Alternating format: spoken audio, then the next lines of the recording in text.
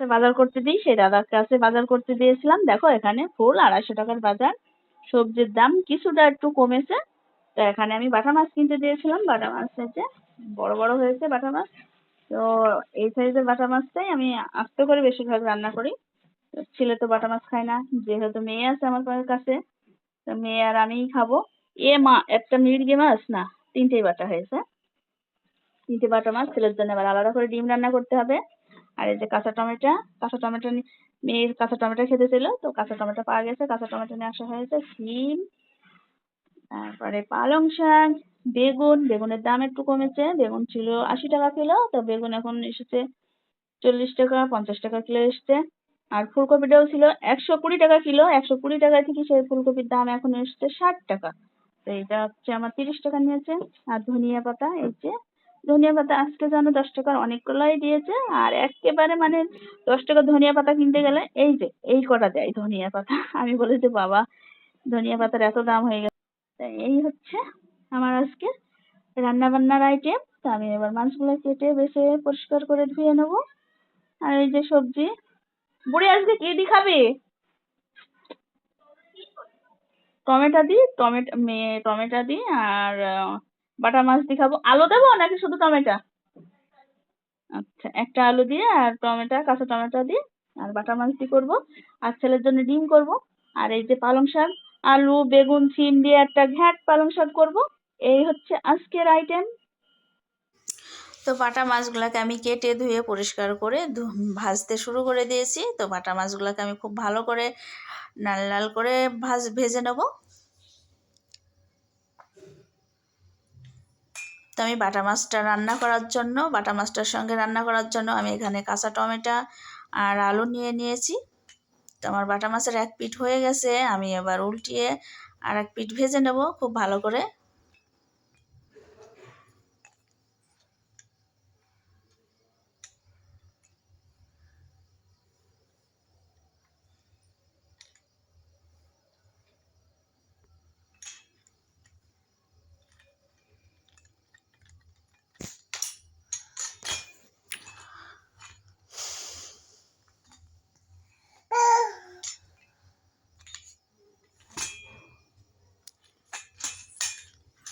আমার বাটা মাছটা খুব ভালো করে ভেজে নেওয়া হয়ে গেছে। বাটা মাছটাকে আমি এবার তুলে নেব।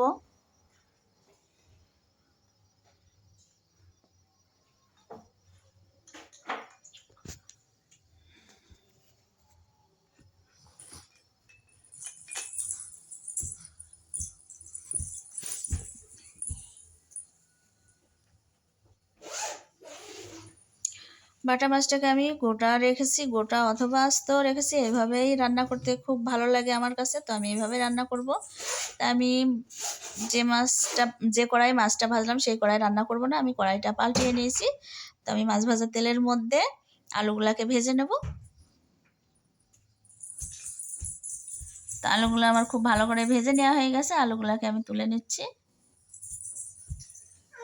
আলু ভাজা যে তেল আছে ওই তেলের মধ্যে আমি 5 ফোড়ন সোমবারা দিয়ে নেব, কাঁচা লঙ্কা ফালি করা দিয়ে দেব, আর দিয়ে দেব কেটে রাখা টমেটো। আমি টমেটোটা ভালো করে কষিয়ে নেব। তো আমি এখানে সামান্য লবণ দিয়ে দেব। লবণটা দিয়ে ভালো করে নেড়ে চেড়ে আমি টমেটোটাকে কষিয়ে নেব। তো টমেটোটা আমার খুব ভালো করে কষানো হয়ে গেছে। তো আমি এ সময় দিয়ে দেব মশলা, এখানে পোস্ত বাটা, জিরা বাটা আর আদা বাটা। পোস্ত আদা জিরাটা দিয়ে আমি ভালো করে কষিয়ে নেব। তো আমি মশলার বাটি ধোয়া জলটা দিয়ে দিলাম।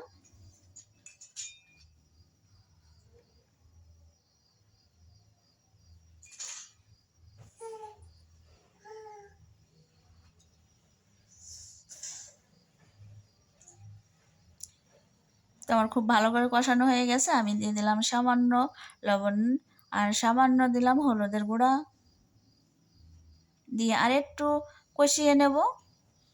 তো আমি ভেজে রাখা আলুগুলা দিয়ে দিলাম, আলুটা দিয়েও আমি কিছুক্ষণ কষিয়ে নেব।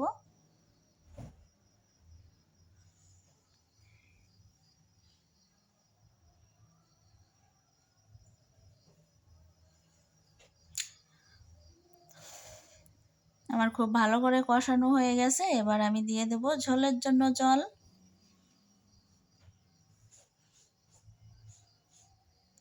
তো আমার ঝোলের জলটা ফুটে উঠলে আমি ভেজে রাখা মাছগুলো দিয়ে দেব। তো আমার ঝোলের জলটা ফুটে গেছে, এবার আমি ভেজে রাখা মাছগুলো দিয়ে দেব ঝোলের মধ্যে।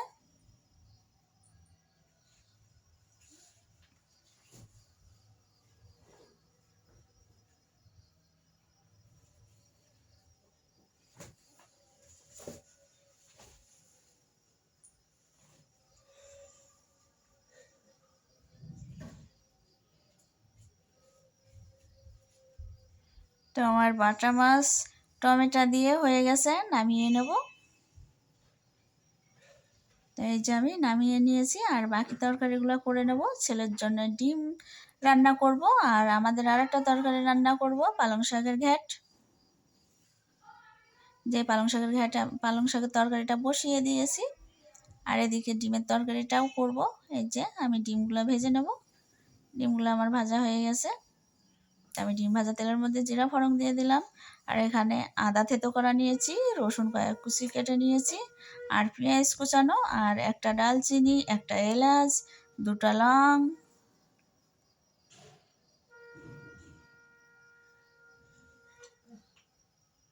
এগুলো আমি ভালো করে বাদামি কালার করে ভেজে নেব। তো আমার খুব ভালো করে ভাজা হয়ে গেছে। এখানে আমি হলুদের গুঁড়া, লবণ, লঙ্কা ও জিরা গুঁড়া দিয়ে দিলাম। একটু ভালো করে কষিয়ে নেব।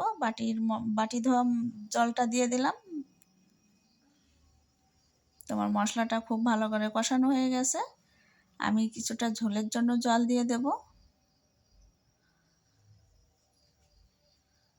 তা আমি ডিম দুটো ছেড়ে দিয়েছি জলের মধ্যে, আর এখানে পালং শাকের তরকারিটাও হয়ে গেল প্রায়।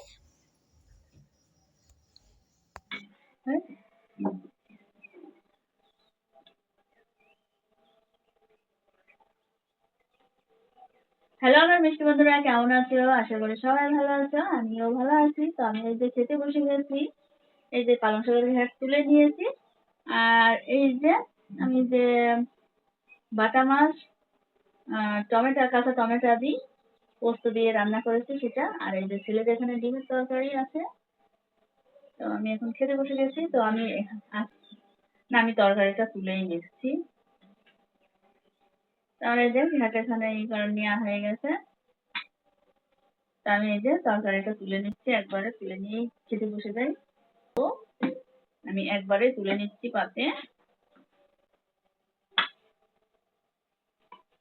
বাটা মাছটা ডিম হবে ফাল্গুন মাসের দিকে, ডিম হয় হালকা হালকা গরম থাকে সেই সময় বাটা মাছের ডিম হয়।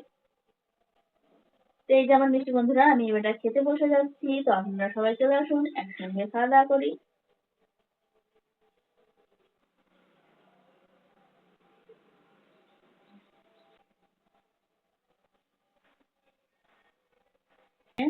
মানে একটা রান্নার থাম্বেল আর একটা রান্নার থাম্বেলে চলে গেছে আমার রান্নার সেই রেসিপিটা। তো মানে রান্নাটা ঠিক আছে, কিন্তু থাম্বেলটা উল্টো পাল্টা হয়ে গেছে। যেটা থাম্বেল সে রান্নাটা এখনো ছাড়াই হয়নি, সেটা এখনো রেখেই দিয়েছি, কিন্তু সেই রান্নাটা থাম্বেল চলে গেছে আর একটা রান্নায়। তো আমার একটু ভুল হয়ে গেছে।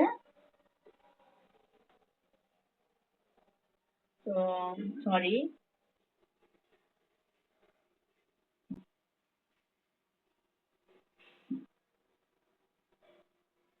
আহ, অসাধারণ টেস্ট।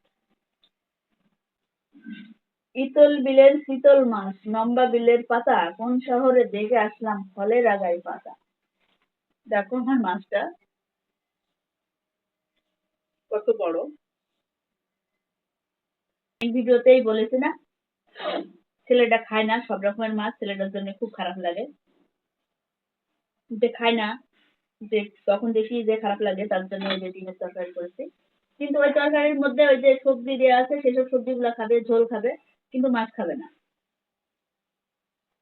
তোমার একমাত্র রুই মাছ খাবে, রুই, কাতলা, তারপরে মানে পাঙাশ মাছ, মানে যে বড় মাছের কাঁটা নেই সেই মাছ, আবার কিন্তু সমুদ্রের মাছ খায় না।